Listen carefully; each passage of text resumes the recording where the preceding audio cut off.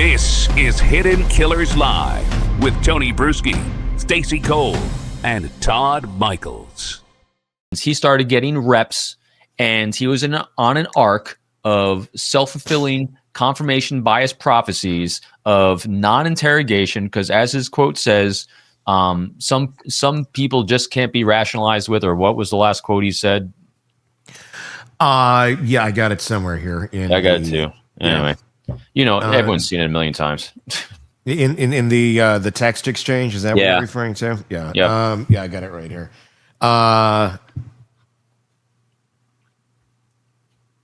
Why did I do it? What am I looking for specifically? The reason why he did it was some people just can't be reasoned with or rationalized or something like that. Yeah, it's something. It's in here somewhere. That's where curiosity was shown to die. I think if you don't stretch that muscle very much, it just rots. Yeah. If you're not curious, you just go through life just bouncing off of the walls, and that's it. You're not going to re-engage. And I fear that we've lost an entire generation. And I don't mean to throw a blanket over it, a blanket statement over it, but we just don't have people who are curious anymore. We have neuroplasticity. We can get it going again. Change, yeah. and there are people in that generation that are curious. It feels that it's very off balance than it has been in the past, and then we lead to this. I mean, one of the biggest things that everybody is just trying to wrap their mind around on this is this kid. He looked like pretty much any other normal kid, and I'm not just talking physically. I'm just talking, if you met him and you saw any sort of interaction of him, I don't think a lot of people would think that this is a guy who's going to go do this. There's plenty of people who disliked Charlie Kirk. We know that. Yep. There's plenty of people who disagreed with him, and plenty of people who I'm sure saw him coming to the campus as a negative thing, just as there were plenty that saw it as a positive thing.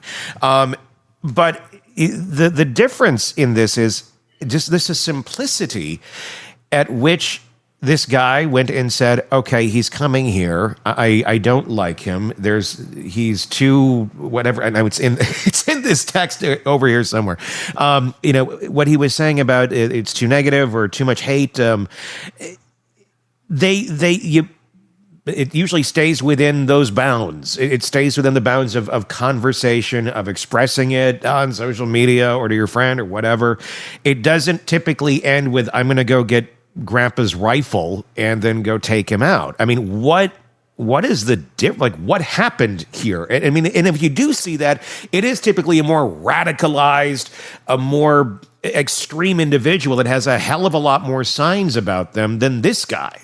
Well, and think about, he said, I had enough of this hatred. Some hate can't be negotiated out. Yeah, that's the line. Yep. At this point, he should have gone to this actual speech that he was giving and taken him on in a conversation, put the gun down and have a conversation. If you think that Charlie Kirk is full of hate, then go take him on and beat him down with an argument. You don't have to shoot him and kill him. Yeah. Go have a verbal confrontation with him and try to bring him to your side. And I don't mean confrontation because that sounds argumentative, but have a discussion with the man and try to get him to come to your side. You don't have to kill him. He didn't have, he could have gone to the microphone. He didn't have to go to the roof. Right. Exactly.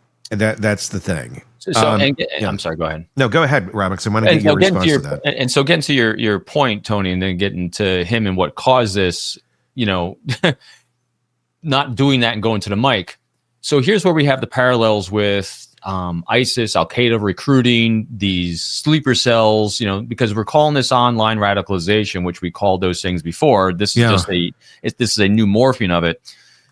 The way that typically terrorist groups that we've seen before have recruited, what made them effective at recruiting is who do they actively recruit? They took people that had nothing else to lose, predominantly, that felt they had no purpose, they had no future, they had no economic well-being, and they were able to suck them in and recruit them and indoctrinate them into a way of thinking that gave them a purpose, that gave them something to do. And so here's some of those, I've researched this, some of the parallels between what we're seeing through these self-radicalized assassin culture that's come about, as the study from Rutgers coined it very effectively, and those other groups that we've seen from the past. And that's very, very similar. One of the reasons why he acted like this and said these things, and when we saw his initial appearance, and when he all of a sudden seemed to have given up, he didn't just give up after he shot Charlie Kirk. He had given up before then. It's the reason why he did it, because he felt his life had no purpose. Matter of fact, so here's the other parallel with typical lone shooters, is that lack, and it's why this typically in this age group as well, mid 20s, early 30s, is because it's that lack of purpose, or looking for something to give their life meaning.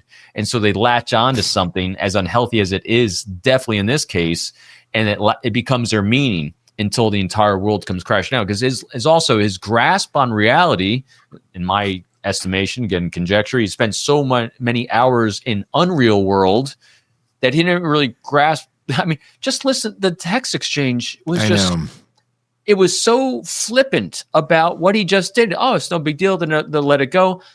And this has been going on for a while, Tony and Stacy.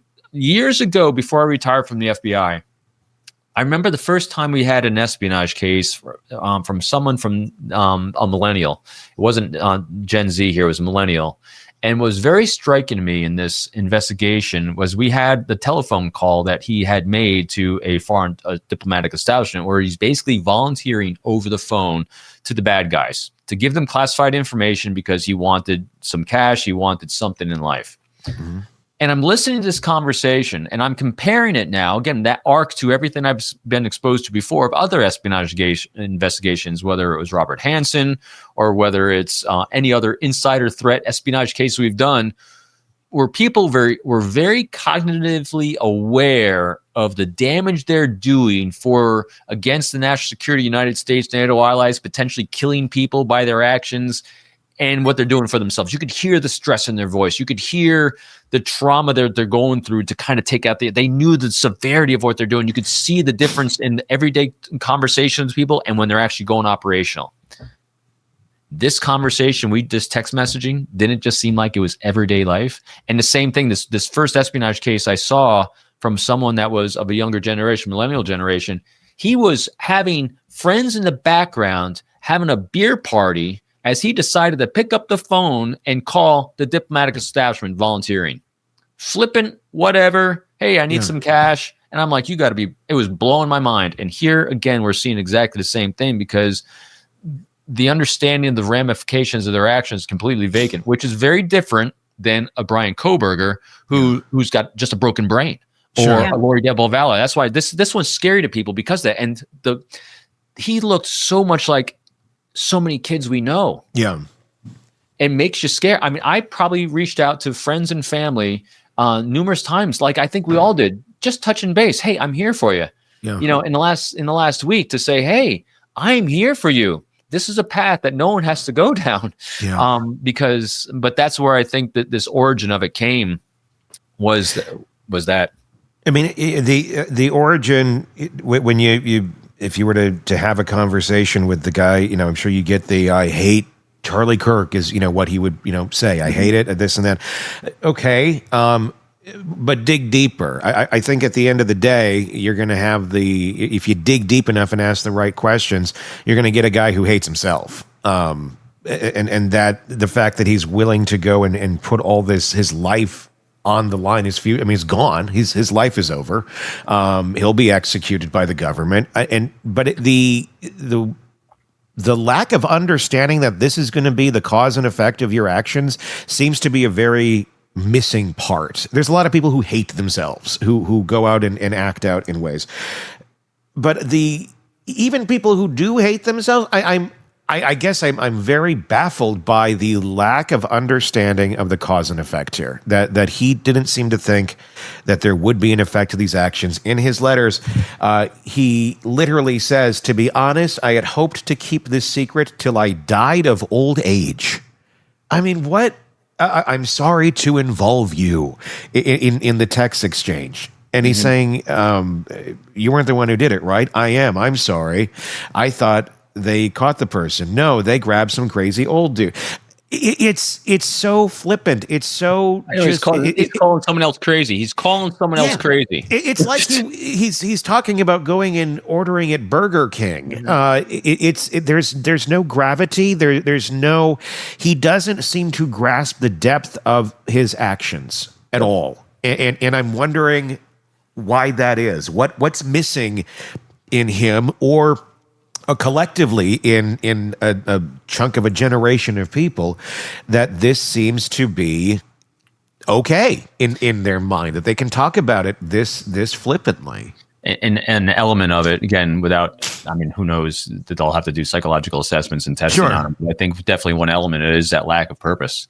When Viktor Frankl's book, Man's Search for Meaning, how did people in the concentration camps maintain purpose and meaning? They're the only ones that actually, not the only ones, they are some of the ones that actually were able to survive physically deprivations that were done to the body that killed so many, besides the Nazis themselves, but just the environment that they were in. But some were able to get muscle through it. Not muscle, it's not even the right word. Psychologically, they never gave up because they knew there was purpose in life, and they found that purpose, as small of a glimmer as that was.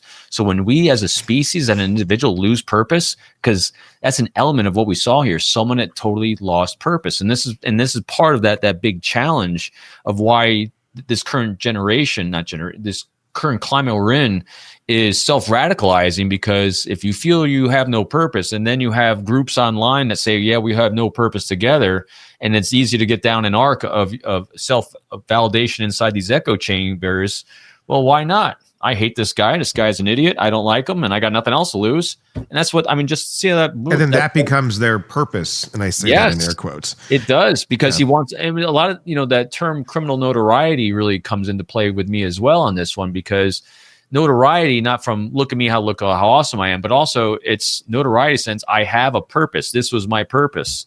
And granted, at the onset, he had hopes of living through this, but I think that hope died when the reality started coming crashing down, and that's why he's on suicide watch right now. It's so scary, because